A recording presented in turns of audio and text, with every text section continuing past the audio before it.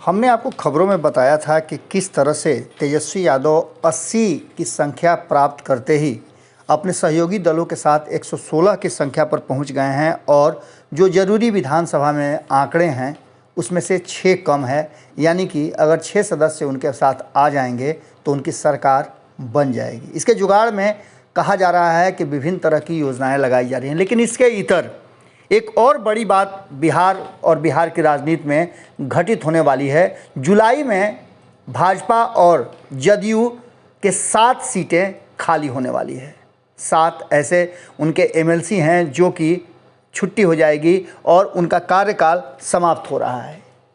आपको बता दें कि 21 जुलाई को उनका कार्यकाल समाप्त हो जाएगा और इसके लिए ज़रूरी प्रक्रिया जो है वो पूरी कर ली गई है, चयन भी हो गया है। और इसमें सबसे बड़ी बात है कि जो 7 एमएलसी की सीटें खाली हो रही है वो सभी की सभी एनडीए की थी, जिनमें से आपको पता है कि 5 सीटें खुद जदयू की थी, नीतीश कुमार की थी, जिसके कारण वो सदन में सबसे बड़े दल के रूप में स्थापित थे। वहीं आपको बता दें कि 1 सीट वीआईपी की थी और 1 सीट बीजेपी की थी। जो सीटें खाली हो रही है उसमें से एक और सबसे महत्वपूर्ण बात है कि जदयू कोटे से 3 अल्पसंख्यक समाज के लोगों को इस बार आउट होना पड़ेगा, जिसमें मोहम्मद कमरे आलम हैं, गुलाम रसूल बलियावी हैं, रोजीना नाजिस हैं। एक सदस्य जिनका सीट खाली हो रहा है वो आरजेडी से जेडीयू में अपना पाला बदल करके आए थे। 4 एमएलसी जिस समय आए थे उस समय रणविजय सिंह भी आए थे और इनका भी कार्यकाल समाप्त हो रहा है। इसके साथ साथ भारतीय जनता पार्टी के एकमात्र उम्मीदवार जो अर्जुन सहनी हैं, उनके खाली होने से एक बार फिर से सहनी समाज की नज़र उस पर होगी और कहीं ना कहीं मुकेश सहनी इस पर इशारा भी करेंगे। दूसरी तरफ मुकेश सहनी को जो एनडीए की तरफ से भारतीय जनता पार्टी ने अपने कोटे की एक सीट दी थी, जिसका 18 महीने का कार्यकाल बचा हुआ था, वो भी सीट खाली हो रही है।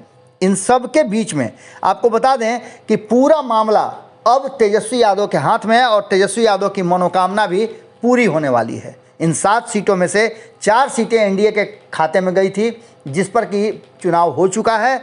ये जो भी चुने गए हैं एमएलसी वो अपना कार्यभार 22 तारीख को ग्रहण करेंगे, लेकिन इससे ठीक पहले 21 तारीख को सबसे बड़ा घाटा अगर किसी का हुआ है तो वो नीतीश कुमार का हुआ है। नीतीश कुमार के कोटे की 7 सीटें 7 में से 5 सीटें उनके हाथ से निकल गई हैं। ऐसी स्थिति में पूरा का पूरा फायदा जो है वो तेजस्वी यादव को हुआ है और तेजस्वी यादव ने अपने 3 उम्मीदवारों को इसमें जीत हासिल करवाया है।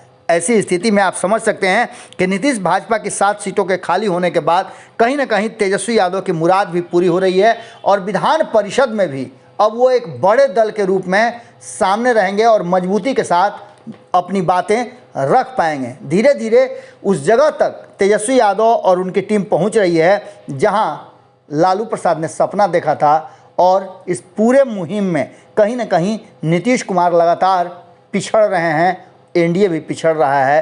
तो राष्ट्रीय जनता दल महागठबंधन के साथियों के साथ अगर नहीं मिल रहा है, उसके बावजूद भी लगातार कई छलांग ऊपर चढ़ता जा रहा है। तेजस्वी यादव की उपलब्धि में ये भी जुड़ेगा क्योंकि 2020 के चुनाव में जिस तरह से उन्होंने फील्डिंग की थी, ये 3 सीटें उन्हें गिफ्ट में नहीं बल्कि उनके मेहनत का नतीजा है। जुड़े रहिए भारत लाइव के साथ, खबरें लगातार जारी हैं।